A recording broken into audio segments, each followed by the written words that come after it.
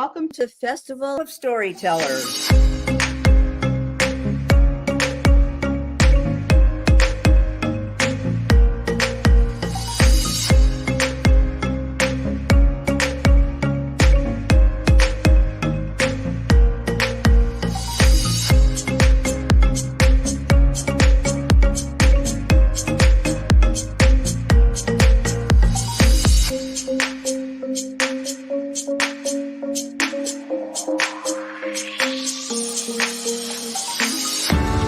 I can't tell you how excited I am to be on right now.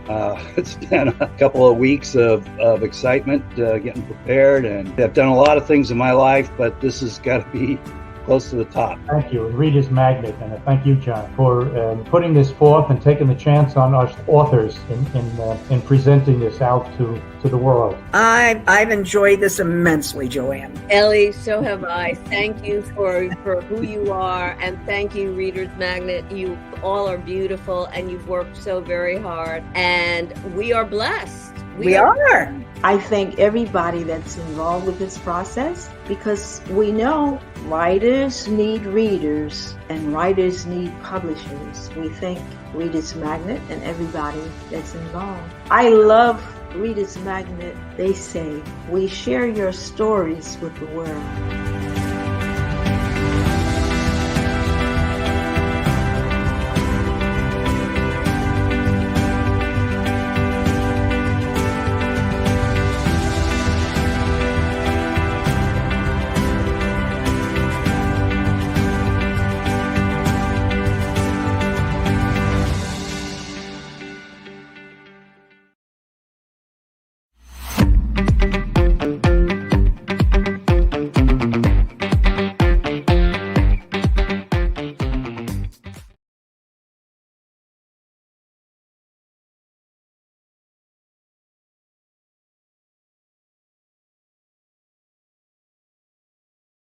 Day 2. I'm the last author to do a live stream on day 2. And so I hope you've had a good day watching other authors and listening to what's happening in the Festival of Storytellers and visiting the booths. I would like to thank Reader's Magnet for putting on this event. And it is just, it's so nice that there's a publisher who is concerned and is dedicated to authors. And I am the author of 2 books. I'm the author of The Generations of Good Food, which was just published earlier this year. And this is a book of compilation of 200 recipes from my mother's 6th generation family. So if you like to eat and you like Italian, this is a good book for you. My first book that I wrote is One Caregiver's Journey. And it is a book that follows 9.5 years of caregiving for my mother. She fell and broke her hip at the age of 92 and passed away in my home 9.5 years later at the age of 102. This particular book is categorized as a snapshot into the realities of the changes and challenges of caregiving, and it's kind of a handbook for caregivers. Today in Ellie's Eights, we're going to go through the 8 most popular social media sites for caregivers. Our number 1 is Stories for Caregivers. There you go. Thank you, Nikki. So Stories for Caregivers is a site that focuses on relationships between caregivers and their loved ones. Friends, families, volunteers, medical professionals are always looking for ways to be involved and to provide support to caregivers. Some stories in the stories of caregivers will focus on the process of dying and being mindful of the changes that occur during that time and respecting the families. Stories for Caregivers has several videos on YouTube. In fact, a lot of videos on YouTube for a variety of caregiving issues where caregivers have related and relayed their stories. The culture of caregiving examines one of the most important questions we all seem to ask, and that is, how can we better serve our elders? This series of videos examines a number of different questions and a number of different ways that we can take care of our elders. There's also a video series in Stories for Caregivers that is based on peer support and methods of mental health caregiving. We don't always recognize that some caregivers have someone that they care for who's docile and kind and quiet, like I did, and some who are very combative. And the problems that arise from trying to care for a combative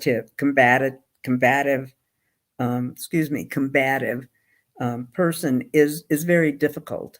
There's a lot of problems that arise, especially if they're angry, if they have Lewy body's dementia, and most of the time they really do not have any idea that they are being so mean to the people that give so much to care for them.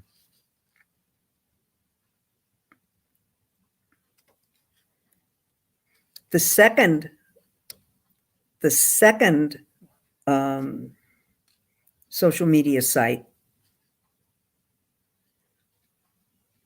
Fairgoer 557 wants to know my opinion about mental health being a sensitive topic still. I think it's an incredibly sensitive topic. I think that not only for caregivers, and I will cover this later this week in one of my topics, in how the pandemic has changed the whole face of caregiving. Mental health is a major, major issue to have come out of the pandemic, whether you're a caregiver or whether you're not. The whole process of being isolated from the world for a year caused a lot of issues for a lot of people. I have to tell you that because I had spent 9.5 years essentially isolated. Being locked up from the pandemic wasn't such a big issue for me. It was a major issue for lots of people. So mental health is still a very sensitive topic, and it's still a topic that needs to be dealt with head on. The second is Caregivers Action Network. This is essentially a site for free support and free information. It was formerly known as the National Family Caregiving Association. It has always been a grassroots membership organization for caregivers. It supports family caregivers through education, information, referral services, and advocacy. There is an available option on their website to find services by state. So it is a nationwide group. One of the things that they do is they conduct online classes for a variety of caregiving issues. And they welcome stories from caregivers. And they offer a variety of resources by state. And they have a section on their webpage for policy and research. So they will research various policies in various states for caregivers, and then they will also advise you of the best practices in caregiving. There are a lot of best practices. Caregiving can, once your loved one passes, in some instances, the caregiver turns into the subject of lawsuits and the subject of a lot of hurt and anger. So there are best practices in caregiving. I would say one of the best practices that I can honestly share is that you avoid having families steal from another family member, that you have two names on all the documents, two different family members, so that there can be a checking amongst family to make sure that somebody isn't stealing from grandma. Stealing from grandma is just an enormous problem in this country right now.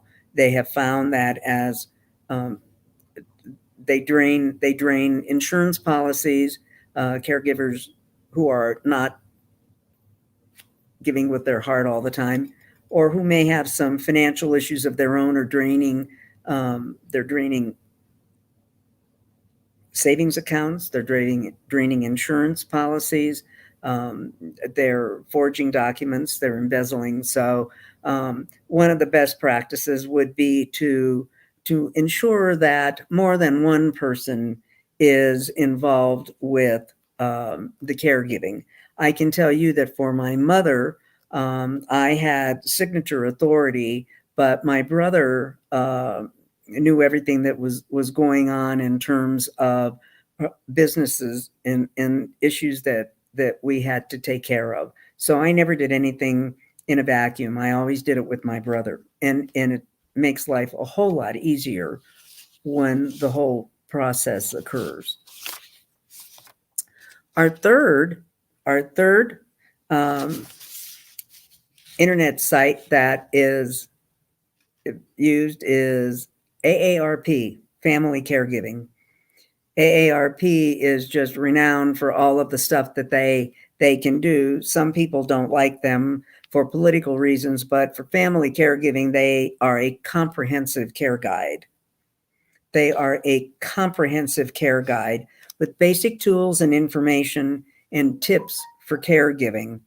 They offer advice and service references for first-time caregivers, which, if you don't have anybody you can go to help you, or you don't know about my book, it's a great place to go. They offer advice for caregivers caring for family at home, as I did,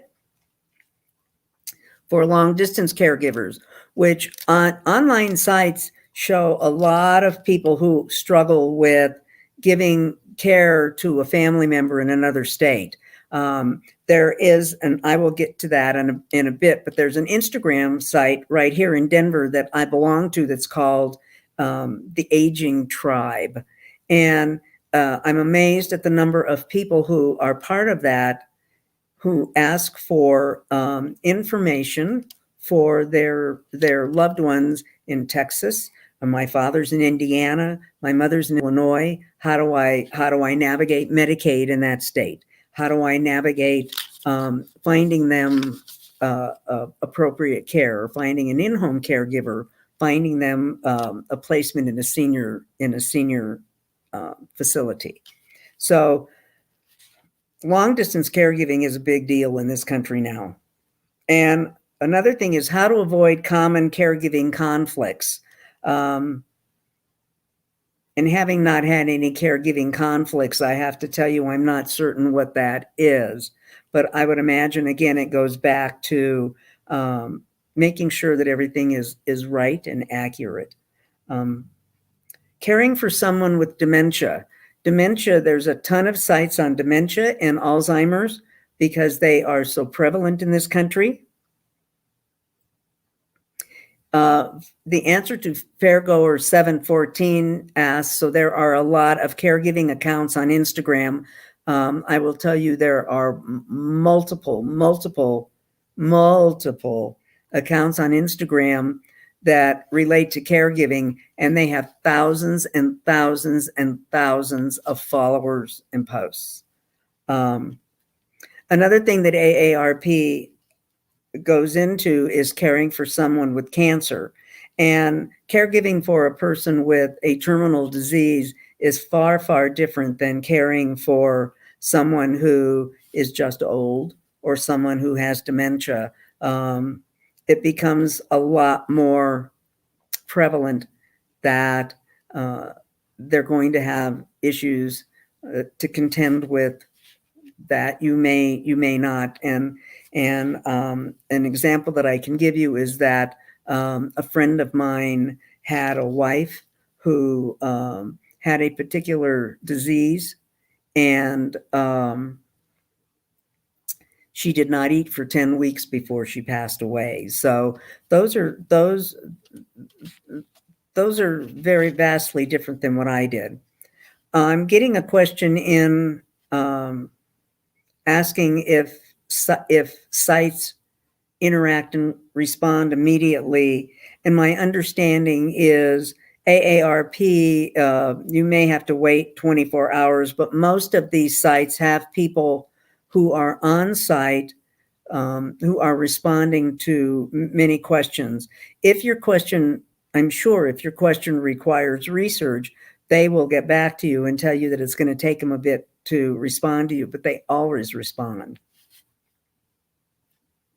Number four is aging care. Thank you, Nikki. Aging care is a good place to ask questions and receive answers from other caregivers. It's there's a lot of sharing in all of these sites.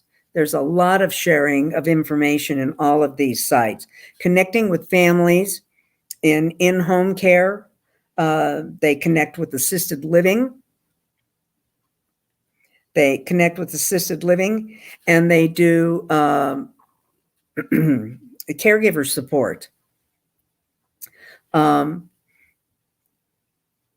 Aging care would be a great place where you could find I'm getting a question coming in asking if there are any sites that would give suggestions for diets for people with dementia. And the answer to that is yes. Both Facebook and Instagram are loaded with sites that can provide. And I'm sure that most of all of these large networks, such as the Caregivers Action Network and AARP, could hook you up with people, nutritionists, who could help you figure that out. Aging care also provides information on elder law, senior housing, Alzheimer's care, which is Alzheimer's care is a different kind of caregiving because Alzheimer's patients go through 7 specific stages. Some of them take a little longer, some of them just scoot right through. But Alzheimer's care is an interesting and it's kind of a sad caregiving gig. Paying for care. Aging care will help you figure out how to pay for care. They will advise you how to pay for care. They offer caregiver support, which I'm sure is a lot of it is in the same way as many of the others, in that they like your stories, and then from their stories, they can share your story, and other people can, you just gain knowing what other people have gone through. And one of the things that doesn't get a lot of attention on these sites that aging care focuses on is senior health.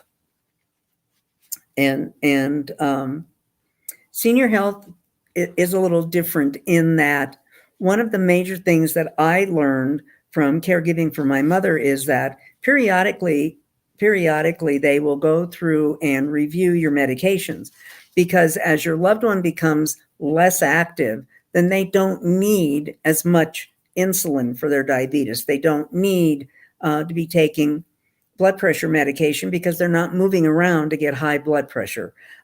So senior health is just a superb a superb topic for an entity to give. Number 5 is Think Caregiver. Think Caregiver is a very new player under Think Caregiver, but they have always been a program called Hope Grows. And Hope Grows is a virtual care program that offered check-ins. They will check in with the caregivers, and I think this goes back to John's question of do they respond? They will offer check-ins, they will offer coachings, they will offer resources, and they will offer referrals to entities in all of the states. Think Caregiver does provide online support, and they're predominantly an online support through social interactive platforms that enable and promote the sharing of simple caregiving suggestions for and by caregivers. Simple suggestions and posts will often focus on mind, body, spiritual wellness of the caregiver.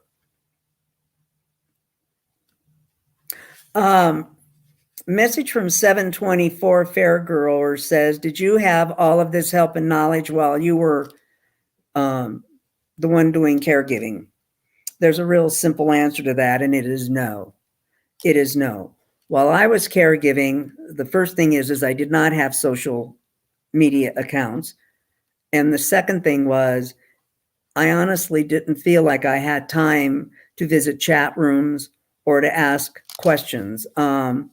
I didn't fly by the seat of my pants because I'd helped take care of my mother's 2 sisters, and I had a father who was very ill, and he, even though that was 30 years ago, I'd had a lot of experience in caregiving and helping for people. And what I could tell you is that at one point, whenever I would go to social activities, people would say to me, what have you been doing besides taking care of old people? So I didn't have this kind of assistance. And I will say, given where we are today, post-pandemic, with the whole face of caregiving changing, it's not just people taking care of their elderly parents. A lot of millennials, a lot of sandwich families are involved in caregiving for families and their parents now. So this is a wonderful, wonderful addition and a wonderful assistance, knowing that you can go on social media and find someone who can commiserate with you, for a lack of a better word, who can empathize with where you are in your caregiving journey. It's just super. And especially something like Think Caregiver, which is predominantly a social media platform. Like everybody else, Think Caregiver does want to hear stories from caregivers, what they're going through, how they're dealing with the various problems and that they're finding. And they will actually post and share caregiving stories. If someone wants to give a shout out for the great job someone is doing for caregiving for their loved ones, they will post it. So simple suggestions and posts will focus on the mind, body, and spiritual wellness of the caregiver. So this is and it's called Hope. It used to be Hope Grows, and now it's Think Caregiver. And now I'm going to switch from the internet to social media. In social media, the first one we're going to hit is Facebook.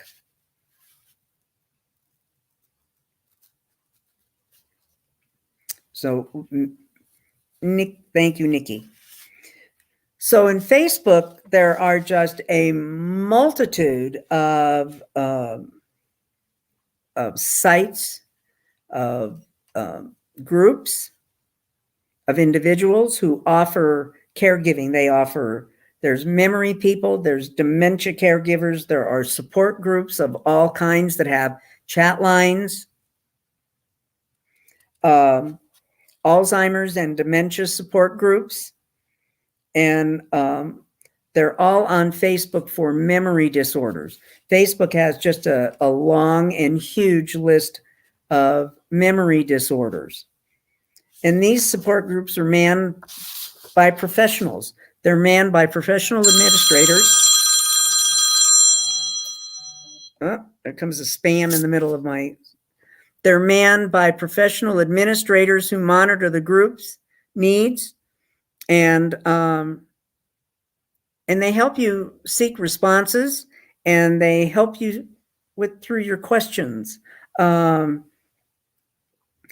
help you to seek responses, and they help you through your questions. These professional administrators, I will have to tell you, do just a super, super job in what I have seen on both Facebook and Instagram. Now, Facebook also has, in individual cities, they will have groups. And as I mentioned earlier, there is the Aging Tribe in Denver, where I live. And the questions that come up and the assistance that people seek and the support that they receive is phenomenal.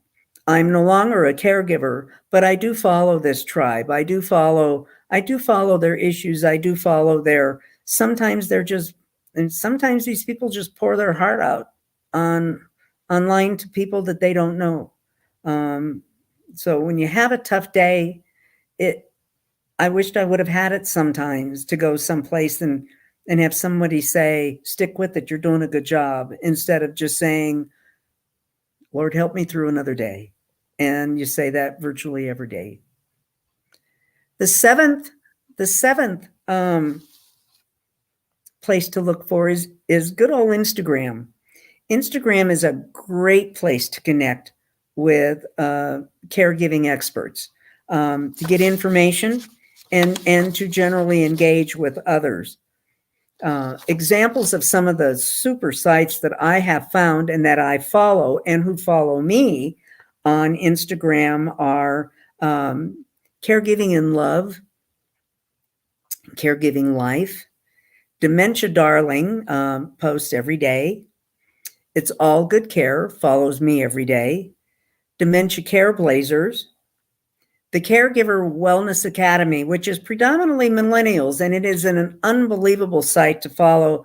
It's an unbelievable site to hear what these young people are going through. And frankly, they just crave the opportunity to unplug and go away for a day. And that's not always possible when you're a caregiver. Caregiver Stress.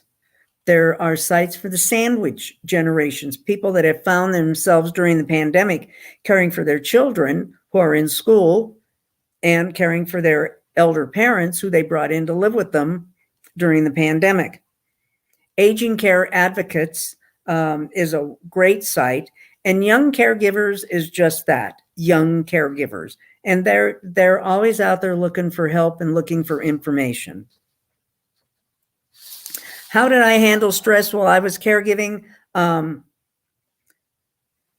There's sometimes you handle it and sometimes you just work your way through it. You don't always have an opportunity to think about, what do I do? How do I handle this? Because the situation demands that you take care of it. And you might be stressful, it might be tough, but when you get to that level of exasperating stress, the only thing you do is deal with what you have to deal with and then decompress afterwards. It's not an easy process, and it's not anything that's very easy to do, but sometimes there's a lot of stressful things that happen. I decided to start Instagram several months ago. I decided to start Instagram several months ago. I've been learning. You can follow me at ELEANOR GACCETTA. It's all small letters and all one word. And there will be 2 pictures that come up. Click on the one with the pink blouse and you'll get right into my Instagram site. And I would love to have you follow me. I'd love to have anyone follow me. There's a lot of good information. I usually do a Friday night funny There it is. Nikki has put it on the screen. And I usually do Friday nights are usually when I put up a joke or a funny story or something clever that I have found. But most of my posts are related to maintaining your sanity, be the change you want to see, be kind, be kind. We live in a world where there's not a whole lot of kindness. And Instagram does not have as much of the caustic posts that you find on Facebook. Instagram is pretty much where you go to find information now. And the last one is kind of dear to my heart, but number 8 on Ellie's 8s tonight is caregiving blogs. Caregiving blogs have just a ton of resources. I probably have 50 or 60 various blogs on my webpage, which is www.onecaregiversjourney.com. All one word, onecaregiversjourney.com. I have blogs that relate to the pandemic. I have blogs that relate to stress. I have blogs that relate to just all kinds of things. I also have a series of guest blogs. Pretty much every month there are guest blogs, and it's a great place to find information. It's a great place to gain education. I just think that one of the things that came to me last month was, and Nikki has now put up my webpage, which I do invite you. And actually my website is right here in my booth. So click on my website right here in my booth and take a look at my blogs and take a look at what's out there. And you'll see both the information for both of my books. You'll also see videos, and there's just a lot of information in my booth. So I invite you to visit my website when we're done here tonight. You'll just get a lot of information out of it. And I think that I have wrapped up all 8 of my, and so as a recap, let's recap what the top 8 media sites are. And you can, if you're a caregiver, if you're contemplating becoming a caregiver, I would say buy my book. But if you need some help and you need some information, or you want to help a friend with some information, go to Stories for Caregivers, the Caregiver Action Network, which was formerly the National Family Caregiving Association, lots of information. Go to AARP Family Caregiving, lots of information. Go to Aging Care, which is a terrific place to just stop and ask a ton of questions and get information. Go to Think Caregiver, which was formerly Hope Grows, and it's a virtual program that offers a lot of information. Plus, they will come back and check in on you. They'll offer you some coaching and resource information. Instagram and Facebook are just super places to look for information on caregiving, for help, for a helping hand, for a shoulder to cry on, and for anyone that can provide information to you of where to look to deal with your issues. And of course, blogs where you can read about what's happening. One of my blogs was about what I think is just a travesty, but where 1.6 million children between the ages of 8 and 18 are now responsible for giving care to an elder relative. And the only thing I could think of is how sad that they have to lose out on their childhood. They can't visit, they can't participate in after-school events and programs. They can't hang out with their friends. They have to go home and take care of an elder relative. So we'll talk about that at one point this week. And that wraps me up for tonight. Again, One Caregiver's Journey. and Generations of Good Food. I invite you, if you have any questions, message me on from my booth. And I thank you for following me. And bye for now. Thank you so much.